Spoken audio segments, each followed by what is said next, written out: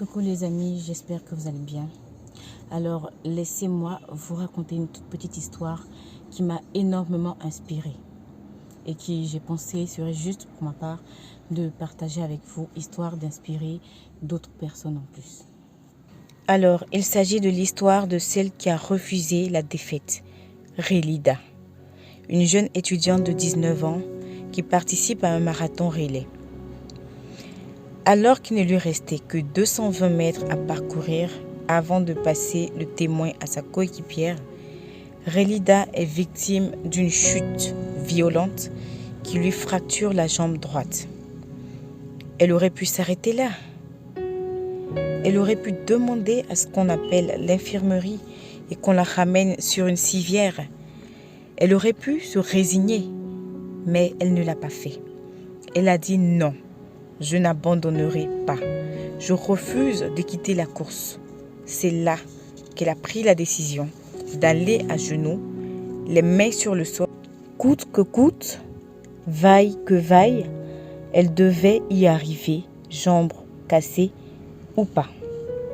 En plus de la douleur de sa fracture, venait s'ajouter celle du frottement de ses genoux contre le sol. Chaque centimètre où elle parvenait à avancer était terrible.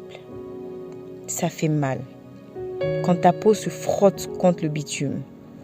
À chaque mouvement, c'était un bout de sa peau qui se déchirait. Elle pouvait sentir le sang s'étaler sur le long de ses jambes. Centimètre après centimètre, la douleur devient de plus en plus intense. Mais sa volonté était plus grande que sa douleur.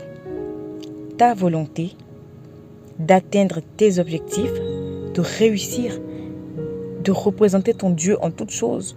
Ta volonté d'être une meilleure personne ou d'accomplir ta destinée doit être plus grande que la douleur du prix à payer. Si elle avait décidé de lâcher l'affaire, chose qu'on aurait trouvée normale dans ce genre de situation, ses coéquipiers auraient fait tous ces sacrifices pour rien. Tous ces entraînements, tous ces efforts tombés à l'eau. Elle a tout donné pour son équipe.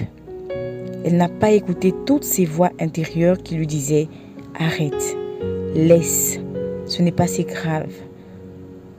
Tu recommenceras une prochaine fois ». Elle a répondu non à toutes ces voix. C'est maintenant ou jamais. Tout se passe dans la tête. Avant de pouvoir, il faut d'abord vouloir. Je trouve que cette vidéo illustre parfaitement la vie. Dans ce cas de figure, on ne parle plus de compétition, mais on parle du challenge d'y arriver. Elle aurait pu dire j'ai déjà perdu de toutes les façons et je laisse tomber. De toutes les façons, je ne gagnerai pas. Mais le challenge qu'il faut sortir, qu'il faut relever de cette histoire, c'est de réussir à se dépasser. Seule arme qui te fera gagner cette bataille, ce n'est pas la force, non. C'est ton courage. Quand tout va bien dans ta vie et que tu n'as aucun problème, c'est normal d'être fort. Mais c'est quand tout va mal et que tu es faible qu'on voit ce que tu vaux vraiment. Cette jeune fille n'a peut-être pas gagné la course, mais elle est restée à jamais gravée dans la mémoire des gens. Alors, pour toi qui as écouté ce message, n'abandonne jamais. Peu importe les circonstances par lesquelles tu passes, persévère, arme-toi de courage. Si tu es chrétien, c'est encore mieux, parce que tu as le Saint-Esprit qui peut être ta force. Tu t'appuies sur lui, tu lui demandes de te guider, de t'orienter, et tu feras des exploits. Sur ce, je te souhaite de passer un excellent début de semaine, et gros bisous, à bientôt pour une nouvelle motivation.